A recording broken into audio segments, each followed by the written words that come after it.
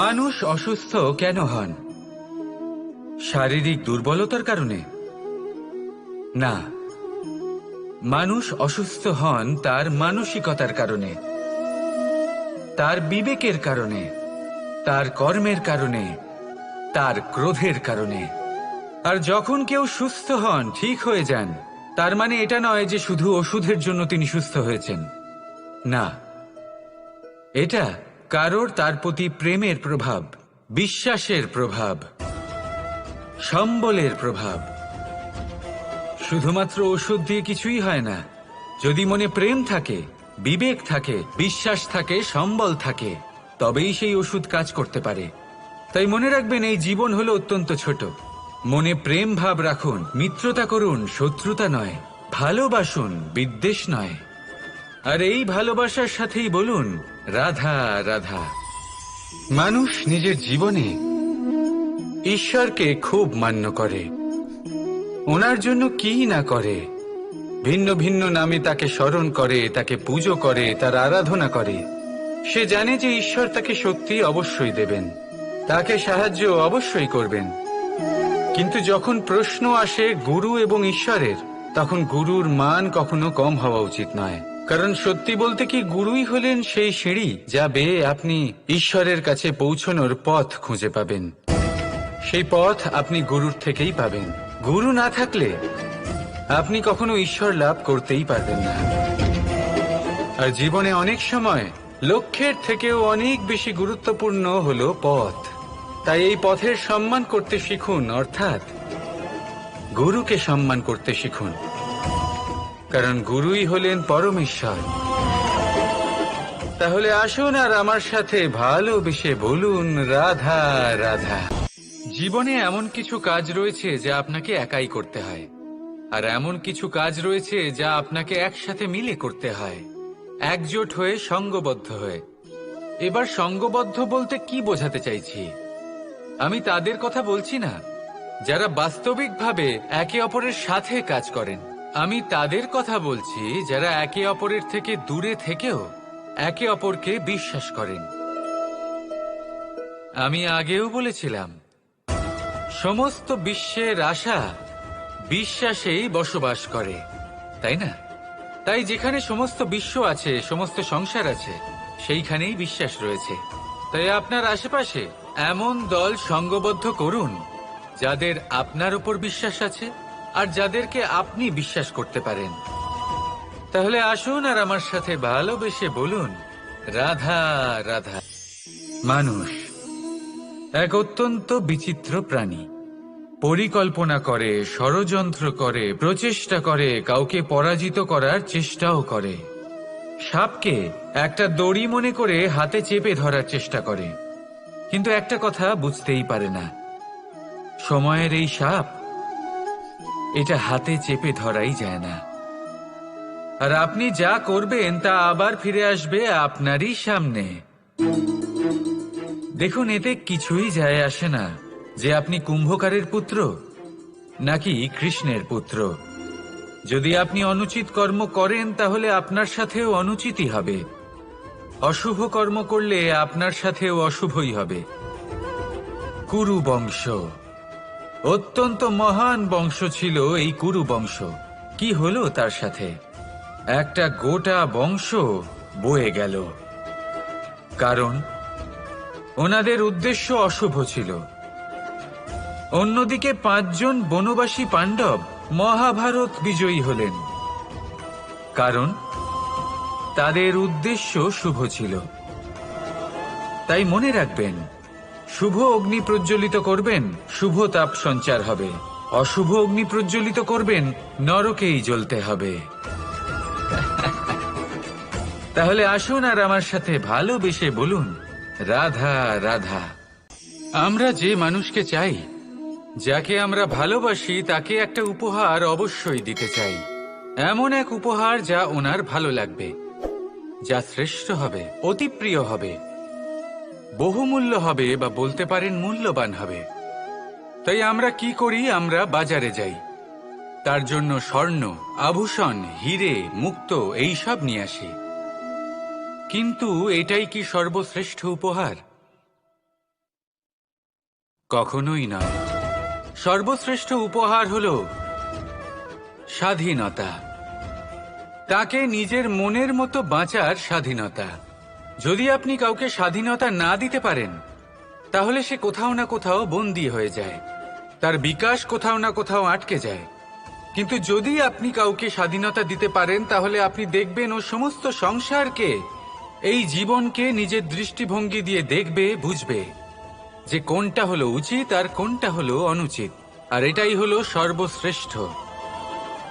আর এবার যদি কাউকে স্বাধীনতার মাধ্যমে এত বড় একটা শক্তি দিতে পারেন, তাহলে আপনি আমাকে বলুন, এর থেকে বড় উপহার আর কি হতে পারে? আসুন আর আমার সাথে ভালোবেসে বলুন, রাধা রাধা। আপনার জীবনে আপনার প্রকৃত বন্ধু আসলে কে? আপনার সব থেকে শ্রেষ্ঠ মিত্র আসলে কে? তিনি যিনি সময় এলে পরে আপনাকে সাহায্য করেন, নাকি তিনি যিনি সময় এলে পরে আপনাকে অর্থ দেন? দেখুন, আমরা হলাম মানুষ, আমাদের জীবনে লেনদেন চলতেই থাকে। এটা আমাদের জীবনের অভিন্ন অংশ। কিন্তু অনেক সময় এমন হয় যে আমরা তাকেই নিজের প্রকৃত বন্ধু বলে মনে করি, যিনি আমাদের একটা বহুমূল্য উপহার দেন, ঠিক কিনা? এবার আপনার জীবনে সেই বহুমূল্য উপহার কোনটা, ওই অমূল্য মিত্র আসলে কে, সেই সিদ্ধান্ত হলো আপনার। কিন্তু যদি আপনি আমাকে জিজ্ঞেস করেন, তাহলে আমার মতে স্বর্ণ, হিরে, মুক্ত, ধন এগুলো বহুমূল্য নয়। বহুমূল্য হলো সঙ্গ, যখন আপনি একা হয়ে যাবেন; সময়, যখন আপনার তাকে প্রয়োজন হবে; সমর্পণ, যখন আপনার বিশ্বাসের প্রয়োজন পড়বে। যে মানুষ আপনার প্রতি এই 3 গুণ প্রদর্শন করেন, যিনি আপনার কঠিন সময়ে আপনাকে অবশ্যই সঙ্গ দেবেন, যখন আপনার প্রয়োজন পড়বে আপনাকে অবশ্যই সময় দেবেন, আপনার প্রতি সম্পূর্ণ সমর্পিত থাকবেন, সেই হলো আপনার আসল মিত্র, সেই হলো আপনার প্রকৃত বন্ধু। কারণ সত্যি বললে, বন্ধুত্বের অর্থই হলো নিজেকে সম্পূর্ণরূপে কারোর কাছে সমর্পণ করে দেওয়া। তাই আপনার সেই বন্ধুর জন্য নিজের প্রাণ উজাড় করে দিন, আর ভালোবেসে বলুন, রাধা রাধা। পিতা আর পুত্রের সম্পর্ক অত্যন্ত মধুর হয়ে থাকে। পিতা স্বপ্ন দেখেন, তাকে পূর্ণ করার সকল সম্ভাব্য চেষ্টা করেন, কিন্তু তাও অনেক সময় ওনার স্বপ্ন অপূর্ণ থেকে যায়। তখন পিতা ভাবেন, যে স্বপ্ন উনি পূর্ণ করতে পারেননি, ওনার সন্তান তা অবশ্যই পূরণ করবে। যে স্থানে উনি কখনো পৌঁছতে পারেননি, সেই স্থানে ওনার পুত্র অবশ্যই পৌঁছবে। পিতা নিজের সন্তানের ভবিষ্যৎ নিয়ে সেই স্বপ্ন দেখেন, আর যখন সেই সন্তান সামনে এগোতে থাকে, তখন তার দুঃখ হয় না, বরং গর্ব হয়। ওনার ভালো লাগে এটা দেখে যে ওনার সন্তান অনেক উন্নতি করছে। কিন্তু যখন সন্তান নিজের অভিভাবকের শক্তি দেখে, তার যশ দেখে হিংসা করতে থাকে, সমস্যা সেইখানেই শুরু হয়। সেই জন্য সকল সন্তানকে এটা মনে রাখতে হবে, দেখুন, পুত্র হবার সুবাদে, এক সন্তান হবার সুবাদে এটা হলো আপনার অধিকার যে আপনি আপনার পিতার থেকে বেশি উন্নতি করবেন। আপনার পিতাও এটাই চান, কিন্তু সুস্থভাবে এটা করুন। একটা রেখা টেনে নিন, যাতে আপনি তাতে এগোতে পারেন, আর আপনার পিতার তাতে গর্ববোধ হয়, আর সেই বিষয়ে দুঃখ না হয় যে আমার সন্তান আমাকেই ছোট করার চেষ্টা করছে। ইতিহাস সাক্ষী রয়েছে, যে মানুষ অন্য কাউকে ছোট করার চেষ্টা করেছেন, সেই মানুষই ছোট হয়ে গেছেন। আর আমার মনে হয় না আপনি এটা চান, কারণ কোনো একদিন আপনিও কারোর পিতা হবেন। আসুন আমার সাথে ভালোবেসে বলুন, রাধা রাধা। ভক্তি আর শক্তি, এই দুইয়ের মধ্যে সম্পর্ক অত্যন্ত সরল। মানুষ ভক্তি করেন যাতে তিনি শক্তি লাভ করতে পারেন, আর শক্তি লাভ করার পরে ভক্তিভাব ভুলে যান, আর শক্তির প্রতি আসক্তিতে মত্ত হয়ে যান, আর সেখান থেকেই তার বিনাশ শুরু হয়। কেন? কারণ ভক্তির দ্বারা প্রাপ্ত শক্তি অন্য কারোর হিতের জন্য ব্যবহার করতে হয়, অন্য কারোর মঙ্গল করার জন্য ব্যবহার করতে হয়, কারোর বিনাশের জন্য নয়। এবার যদি আমি আপনাদের একটা উদাহরণ দিয়ে বোঝাই, তাহলে কোদাল দিয়ে আমরা মাটি কোপাতে পারি, একটা গর্ত খুঁড়তে পারি যাতে একটা নতুন বৃক্ষ জন্ম নিতে পারে, একটা বৃক্ষ যা অন্য জীবকে ফল প্রদান করবে, যাত্রীদের ছায়া প্রদান করবে। কিন্তু এই কোদালের ব্যবহার যদি আমরা অন্য কারোর ক্ষতি করার জন্য করি, তাহলে ক্ষতি শুধুমাত্র আমাদেরই হবে। তাই জীবনে যদি আপনি কোনো শক্তি লাভ করেন, হয়তো ভক্তির দ্বারা বা অন্য যেখান থেকেই হোক, তার সদ্ব্যবহার করতে শিখুন, নয়তো এই প্রাপ্ত শক্তি আপনার পতনের কারণ হয়ে দাঁড়াবে। তাহলে আসুন আমার সাথে ভালোবেসে বলুন, রাধা রাধা।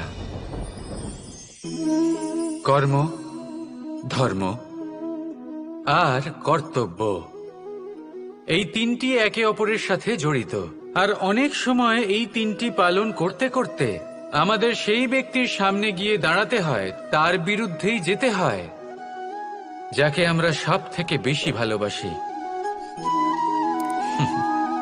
কিন্তু সেইখানে এই যুদ্ধ কোনো ব্যক্তিগত যুদ্ধ থাকে না, এ হলো কর্ম, ধর্ম আর কর্তব্যের যুদ্ধ। এটা সরল নয়, অত্যন্ত কঠিন হয় তার সম্মুখীন হওয়া যাকে আমরা সব থেকে বেশি সম্মান করি।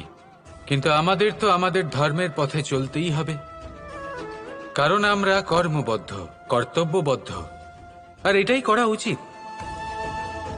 শুধু এটুকু মনে রাখবেন, যদি আপনার উদ্দেশ্য শুভ হয়, আপনার ভাবনা শুভ হয়, আপনি যদি কর্ম, ধর্ম আর কর্তব্যের পথে অগ্রসর হন, তাহলে এই প্রক্রিয়াতে যদি আপনাকে আপনার আরাধ্যেরও সামনে দাঁড়াতে হয়, তাহলেও আপনার কোনো ক্ষতি হবে না।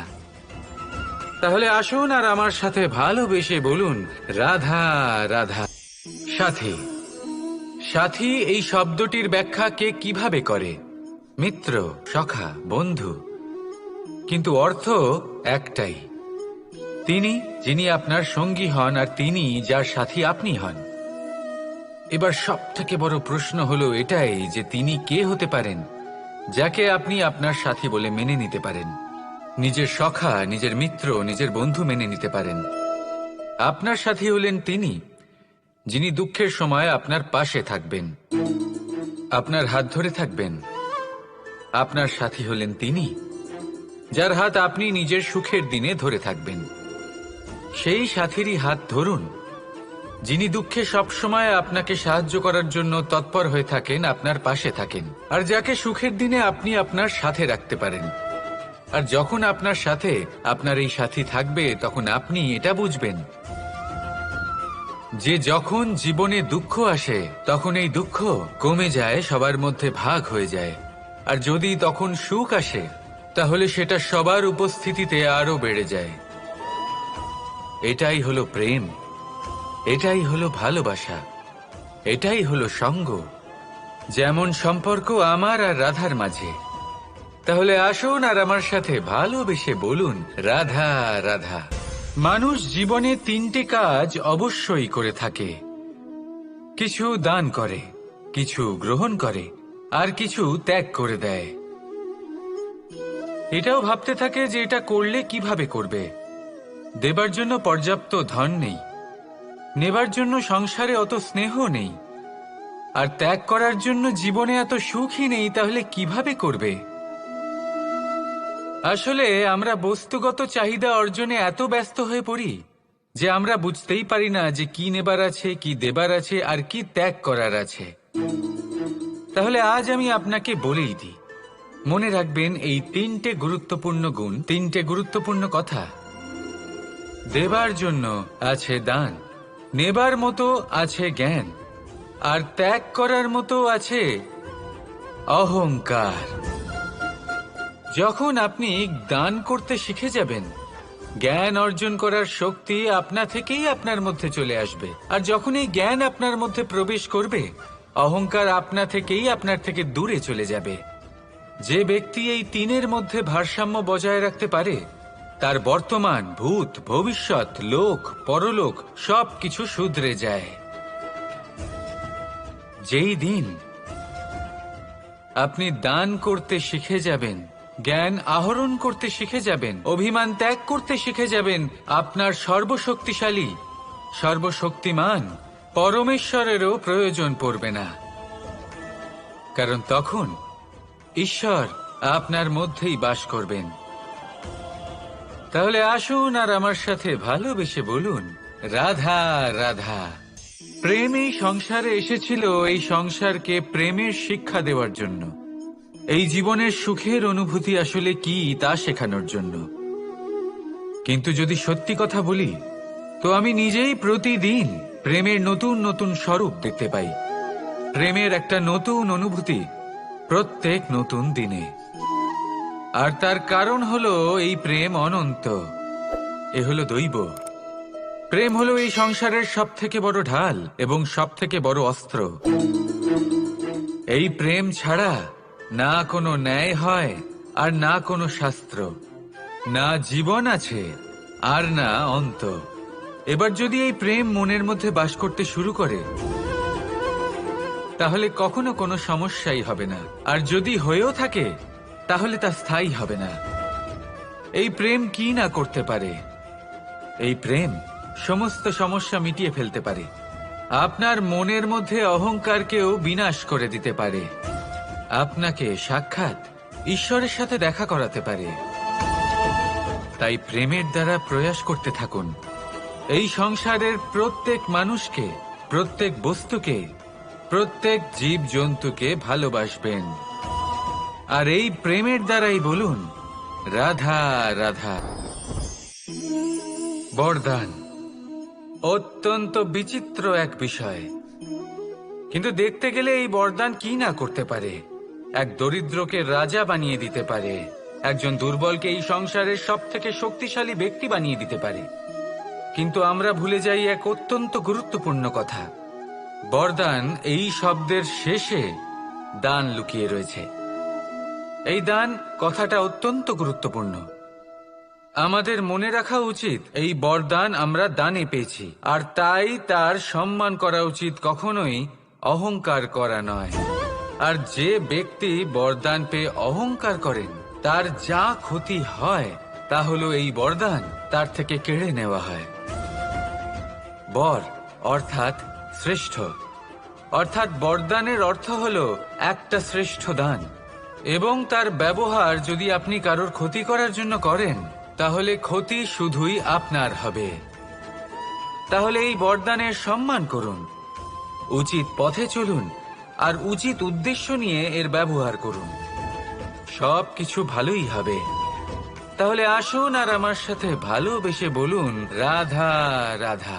আজ আমি আপনাকে এমন এক গল্প শোনাবো যা আমার নন্দ বাবা আমাকে শুনিয়েছিলেন যখন আমি ছোট ছিলাম। কাহিনী একজন সাধু আর একজন বিছের। একবার এক সাধু নদীর পাড়ে স্নান করছিলেন। উনি দেখলেন যে জলের প্রবাহে একটা বিছে ভেসে যাচ্ছে। তার প্রাণ বাঁচানোর জন্য উনি তাকে তুলে নদীর পাড়ে রাখার চেষ্টা করলেন, কিন্তু যেই সেই বিছেকে উনি হাতে তুললেন, সেই বিছে ওনাকে কামড়ে দিল। সাধু আবার চেষ্টা করলেন, সেই বিছেকে হাতে নেওয়াতে সে আবার তাকে কামড়ে দিল। আরও একবার চেষ্টা করাতে ওনার শিষ্য ওনাকে জিজ্ঞেস করল, এ আপনি কি করছেন গুরুদেব? এসব কি হচ্ছে? আপনি তারই প্রাণ বাঁচানোর চেষ্টা করছেন যে আপনাকে কামড়ে দিচ্ছে।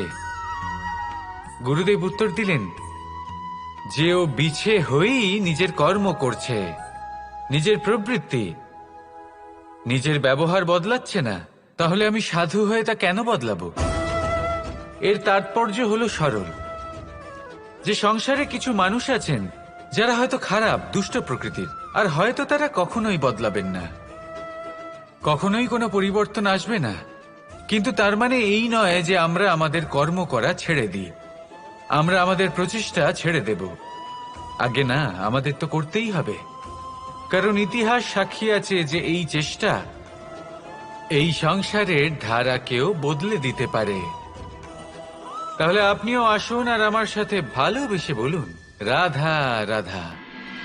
এই সংসারে কোনো বস্তু হোক বা ব্যক্তি হোক, তার একার গুরুত্ব কিন্তু খুব বেশি নয়। একটা উদাহরণ হিসেবে বৃষ্টির ফোঁটাকে ভেবে দেখুন।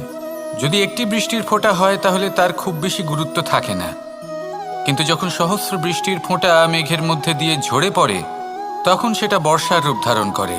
সেই বর্ষা যা এই প্রকৃতিকে শান্ত করে। সেইভাবেই পাথরের ছোট টুকরো, তার খুব বেশি গুরুত্ব থাকে না, কিন্তু যখন অসংখ্য পাথরের টুকরো একত্রিত হয় তখন তা পর্বতের আকার ধারণ করে। সেইভাবেই কিছু মানুষ যখন একত্রিত হন তখন তৈরি হয় পরিবার, কিছু পরিবার যখন একত্রিত হয় তখন তৈরি হয় সমাজ, যখন অনেক সংখ্যক সমাজ একত্রিত হয় তখন তৈরি হয় রাজ্য। এবার এই রাজ্যের সবথেকে গুরুত্বপূর্ণ ব্যক্তি হতে পারেন রাজা, কিন্তু তাও সেই রাজা একা কিছু করতে পারেন না। যুদ্ধ লড়ার সময় তারও নিজের সৈন্যদলকে প্রয়োজন পড়ে। কিন্তু এই সংসারে এমন একজন ব্যক্তি আছেন যিনি একাই সব কাজ করতে থাকেন, এবং সেই ব্যক্তি হলেন মা। আমাদের জীবনে একজন পিতার ভূমিকা কিন্তু নিঃসন্দেহে অমূল্য, কিন্তু আমাদের সকলের জীবনে যে ভূমিকা একজন মায়ের তা অন্য কারোর থাকে না। একজন মা একাই সন্তানকে বড় করতে পারেন, সংস্কারী করে তুলতে পারেন, তার জন্য পরিশ্রম করেন। আর এত কিছু কাজ করার পরেও তার কাজের জন্য তিনি প্রশংসা অবশ্য পান না। উল্টে যদি সেই সন্তান অনুচিত পথে চালিত হয়, অনুচিত কর্ম করে, তখন সেই মাকেই অপবাদের পাত্র হয়ে উঠতে হয়। আমাদের জীবনে মায়ের যোগদান কতটা সেটা বুঝুন। আপনাকে বড় করে তোলার জন্য উনি কতটা পরিশ্রম করেছেন সেটা বুঝুন। আজ থেকে, এখন থেকে, এই মুহূর্ত থেকে মাকে সম্মান করতে শিখুন। যখন সময় পাবেন, যখন সুযোগ হবে, তখন তার প্রশংসা করুন, ওনারও ভালো লাগবে। আর মায়ের এই মমতার জন্য, তার এই ভূমিকার জন্য আসুন সবাই মিলে আমরা তাকে প্রণাম করি, আর সকলে মিলে ভালোবেসে বলি রাধা রাধা। মানুষের মানসিকতা এমন হয় যে সে যতটা করে আশা করে যে তার থেকে অনেক বেশি তার বদলে সে পাবে। দেখুন, সবকিছুই আপনার ভাবনা চিন্তার উপর নির্ভর করছে। আপনি যদি ফলের বিষয়ে ভেবে কর্ম করতে থাকেন তাহলে সেটা অনুচিত। জীবনের আসল আনন্দ হলো নিজের কর্ম করতে থাকা, ফলের চিন্তা করা উচিত নয়। যদি আপনি এরকম ভাবেন যে আমি এতটা করছি, আমার এতটা পাওয়া উচিত, সেই ভাবনা অনুচিত। যদি আপনি সেবার মানসিকতা নিয়ে কর্ম করতে থাকেন, কর্মচক্রে প্রবাহিত হন, যদি আপনি এমন ভাবনা রাখেন যে আমি এতটা পাচ্ছি তাই এর থেকে অনেক বেশি আমি কর্ম করব, তাহলে নিশ্চিতরূপে আপনি যতটা করছেন তার থেকে অনেক বেশি আপনি পাবেন, আপনার আশার থেকে অনেক বেশি আপনি পাবেন। শুধু জীবনে অনেক বেশি কাজ করতে থাকুন, ফলের চিন্তা করবেন না। আর মনে রাখবেন, এই ভাবনাই সব থেকে বড় বীজ। কর্মের উপর বিশ্বাস রাখুন, জীবনে যা যা আপনি চান সবই সুখময় হবে। আসুন আর আমার সাথে ভালোবেসে বলুন রাধা রাধা। আপনি কখনো পর্বতের শিখরে উঠেছেন? আপনি দেখতে পাবেন পর্বতের পদতলে প্রচুর সুন্দর ফুল রয়েছে, সবুজ বনানী রয়েছে। যত আপনি ওপরে উঠতে থাকবেন তত ফুল কমতে থাকবে, সবুজ বনানী কমতে থাকবে। আরও কিছুটা ওপরে উঠলে কাঁটা জাতীয় গাছ দেখতে পাবেন, শুকনো গাছ দেখতে পাবেন।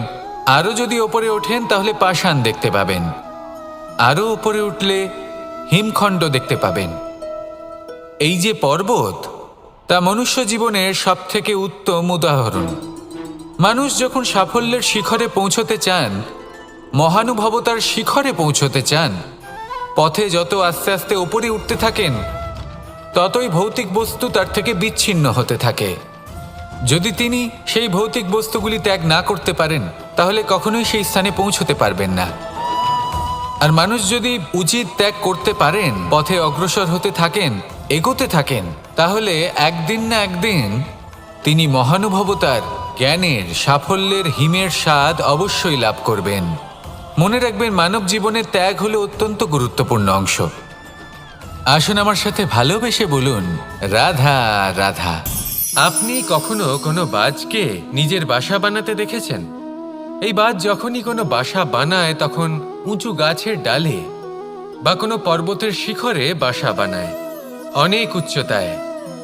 আর সেখানে তার সন্তানও জন্মগ্রহণ করে। যখন এই সন্তানেরা জন্মায় তখন এই বাজ খুবই ভালোবেসে এবং খুব সাবধানে এদের পালন পোষণ করে। নিজের ঠোঁট দিয়ে তাদের ঠোঁটে খাবার পরিবেশন করে। কিন্তু যেই সেই সন্তানেরা হৃষ্টপুষ্ট হয়ে যায় এবং সেই কথা বাজ নিজে বুঝতে পেরে যায়, সেই বাজ নিজেই সেই বাসা ছিন্ন ভিন্ন করে দেয়।